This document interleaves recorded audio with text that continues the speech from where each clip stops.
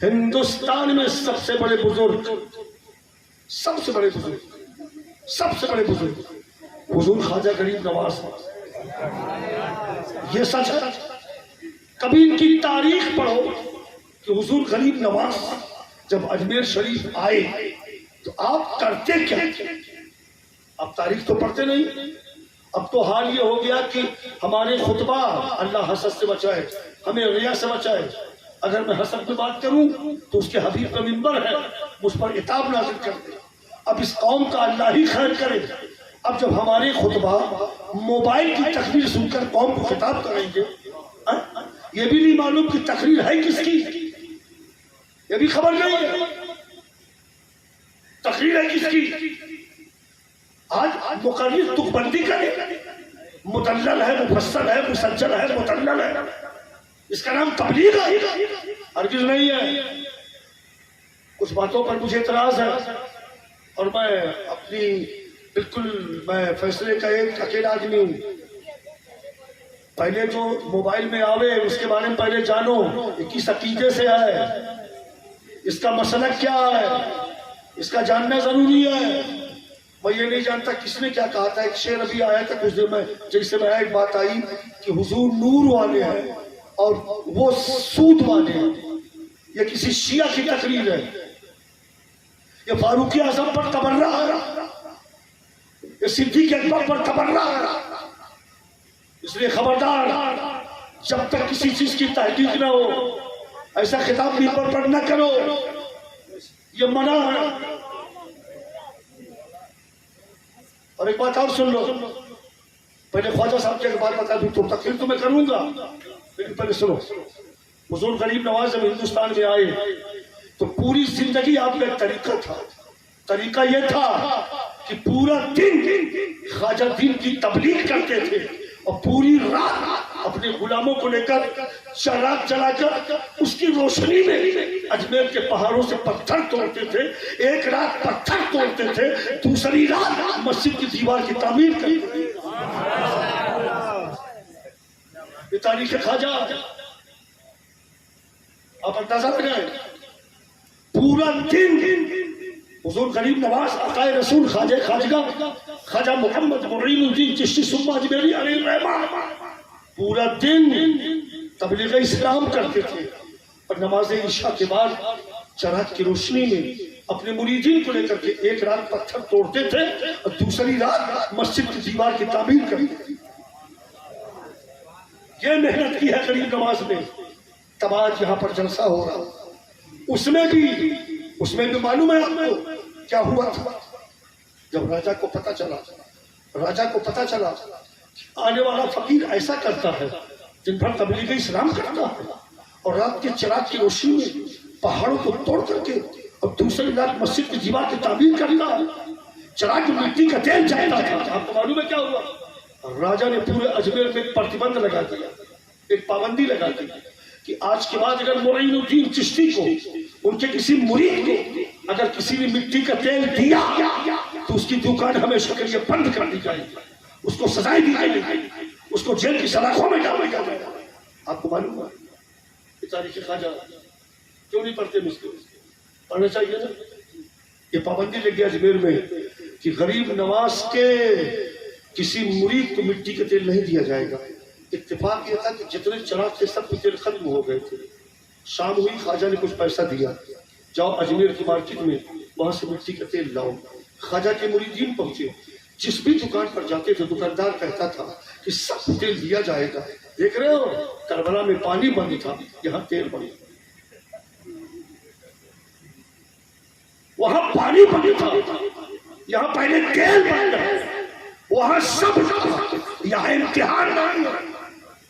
مریدین پہنچے، دکانداروں نے کہا کہ راجہ نے پابندی لگا دی ہے کہ معین الدین چشتی کے مریدوں کو مٹی کا تیل نہیں دیا جائے گا، کسی بھی تیل میں چراغ نہیں ہے۔ آج کی رات مسجد کی دیوار کی تعمیر ہوگی۔ مریدین مایوس ہو کر کے لوٹے۔ تھوڑا ایکو اور کم کر تاکہ آواز صاف صاف جائے، ایکو کم کرو، ایکو کم کرو تاکہ صاف آواز جائے۔ سنیے، مریدین مایوس افسردہ ہو کے لوٹے۔ غریب نواز نے دیکھا چہرہ اترا ہے، خواجہ صاحب نے پوچھا بات کیا ہے؟ लोगों ने कहा हुजूर हमारे लिए दुकानों पर तेल मिलने पर पाबंदी प्रतिबंध फाउंडेशन है। गरीब नवाज ने फरमाया अच्छा तेल नहीं मिलेगा तो चिराग नहीं चलेगा, मस्जिद नहीं बनेगी। अच्छा ऐसा करो, ठीक है ईशा का वक्त होने दो। ईशा का वक्त हुआ, अजान हुई। गरीब नवाज हमेशा बहुत लिमिटेड पानी से वुजू करते थे, बहुत मुख्तसर पानी से गरीब नवाज वुजू करते थे। लेकिन आज ख्वाजा ने फरमाया कि जितने बर्तन तुम्हारे पास है सब भर के ले आओ, सब भर के लाओ, नोट कर, सब भर के लाओ। जितने छोटे बड़े बर्तन थे सब भर दिए गए। गरीब नवाज ने फरमाया कि आज मैं वुजू करूंगा तो मेरे आज़ाए वुजू से माए मुस्तामल पानी जितना नीचे गिरे एक भी जमीन पर न जाने देगा। सारा पानी किसी न किसी बर्तन में जमा जाए। मुरीदीन परेशान हुआ। जो पीर हमेशा एक बदने से वुजू करता हो, वो भी बदना बहुत छोटा हो, आज मेरे पीर इतना वुजू करेंगे, इतना पानी। गरीब नवाज ने आपको मालूम है खूब वुजू किया, इतने जितने बर्तन थे आपके आज़ाए वुजू से सब भर गए। वुजू करने के बाद गरीब नवाज ने फरमाया अब अपने अपने चिराग लाओ, अब ये पानी नहीं है, ये नूरानी तेल है।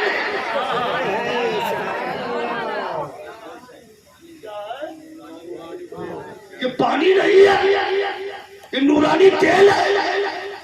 अजमेर की तारीख गवाह है, गरीब नवाज का इतिहास गवाह है। आपकी सवाल हयात में लिखा जिस वक्त मुरीदों ने अपना अपना चिराग भरा, तकरीबन 40 चिराग चलते थे रोज, जिसकी रोशनी में मस्जिद पे काम होता था। गरीब नवाज के आज़ाए वुजू का मुकद्दस पानी जब चिराग में डाला गया और चिराग जलाया गया तो मुरीदीन का बयान है कि जितनी रोशनी 40 चिराग में नहीं होती थी उतनी रोशनी एक अकेले चिराग में मौजूद होती। आपको मालूम है बड़े पैसे जलसे में खर्च होते हैं। फिर उसके बाद क्या हुआ आपको मालूम है? अब दुकान पर कोई नहीं जाता। सुबह राजा ने मालूम किया कि मस्जिद काम हुआ कि नहीं। उसके चेहरों ने बताया कि साहब जो रोज चिराग जलता था उसकी रोशनी आपके महल तक नहीं पहुंचती थी, आज तो उसके उनके चिराग नहीं मरकरी बन के जल गए। राजा ने पूछा तेल नहीं मिला फिर भी जला? हाँ फिर भी जला। अच्छा एक बात तो ये हो गई। अब क्या हुआ, जब सुबह हुई तो जितने दुकानदारों ने दुकान खोली तो जिनके बर्तन में मिट्टी का तेल था सारा मिट्टी का तेल पानी बन गया। लगाओ नारा, लगाओ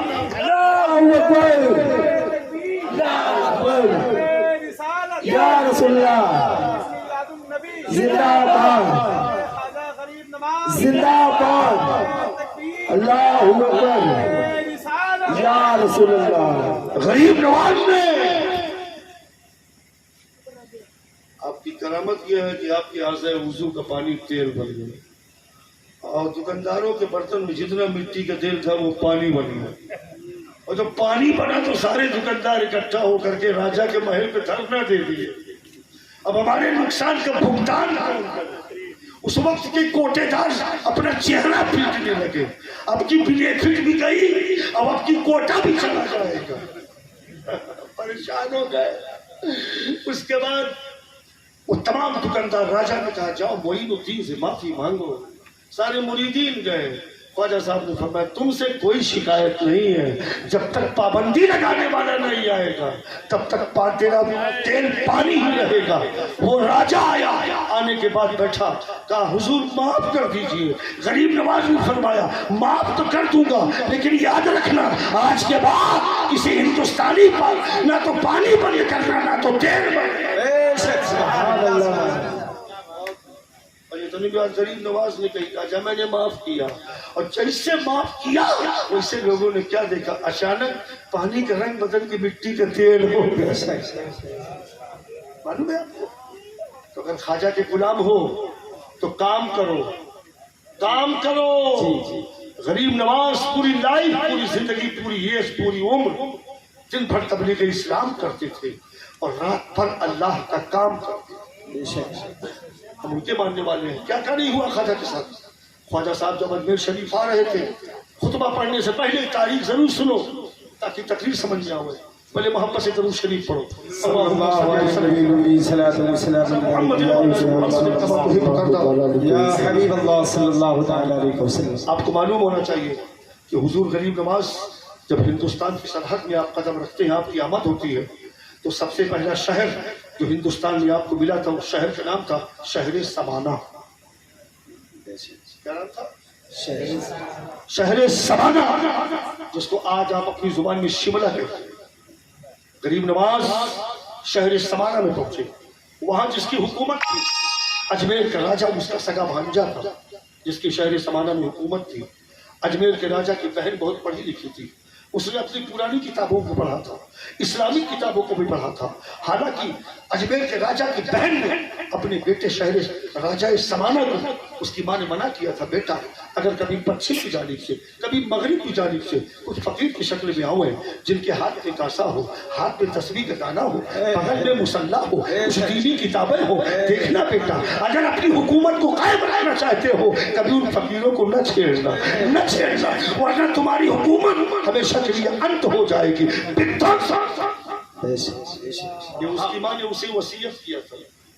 गरीब नवाज शहर समाना पहुंचे, राजा ने पता लगाया कौन लोग हैं, पता चला मगरिब से आए हैं। राजा खुद चल कर गया था शहर समाना, गरीब नवाज से मुलाकात की थी। राजा ने पूछा था, शहर समाना के राजा ने पूछा था नाम क्या? मोइनुद्दीन। काम क्या है? तबलीग इस्लाम। आए कहाँ से हो? मुल्क अरब से। किसने भेजा है? मुख्तार दो आलम। यहाँ क्या करने आए हो? तारीकी से निकाल के लोगों को रोशनी में ला गया। रोशनी में लाने लाए हो? हाँ अच्छा, तो काम करो, खैर चाहो तो वापस चले जाओ। गरीब नवाज ने मुस्कुरा के कहा, मोइनुद्दीन खुद से आया होता तो शायद वापस चला नहीं जाता। मैं आया नहीं हूँ, भेजा गया हूँ, और जिसने भेजा है वो तेरी तरह मोहताज नहीं है। मौलाना दोनों आलम का मालिक को मुख्तार है। नारे तकबीर, नारे तकबीर, नारे रिसालत। ख्वाजा का हिंदुस्तान, ख्वाजा का हिंदुस्तान। नारे तकबीर, नारे रिसालत। फिर क्या हुआ? तो तवज्जो के लायक है ना, फिर क्या हुआ? उसके बाद राजा ने एक साजिश खेली, एक रणनीति बनाई, लोगों में बैठ के एक अपवित्र विचार विमर्श किया, और उसके बाद उसने एक फैसला किया, इन फकीरों की दावत करो। ये दावत को ठुकराते नहीं है, दावत में हमेशा जाया करो। अच्छा, दावत ठुकराया न करो, ये पैगंबर की अजीम सुन्नत है। वापस से बोलो सुभान अल्लाह। अब उस राजा ने एक रणनीति खेली, इन फकीरों की दावत करो, ऐसा कुछ करो कि रहे बांस न बजे बांसुरी। राजा खुद आया और कहा कि मैं चाहता हूँ, निवेदन है, मेरी इल्तिजा है, मिन्नत समाजत चिरौरी है कि आप मेरी दावत ले लें, मेरा निमंत्रण ले लें। गरीब नवाज ने कहा जरूर लूंगा। राजा ने कहा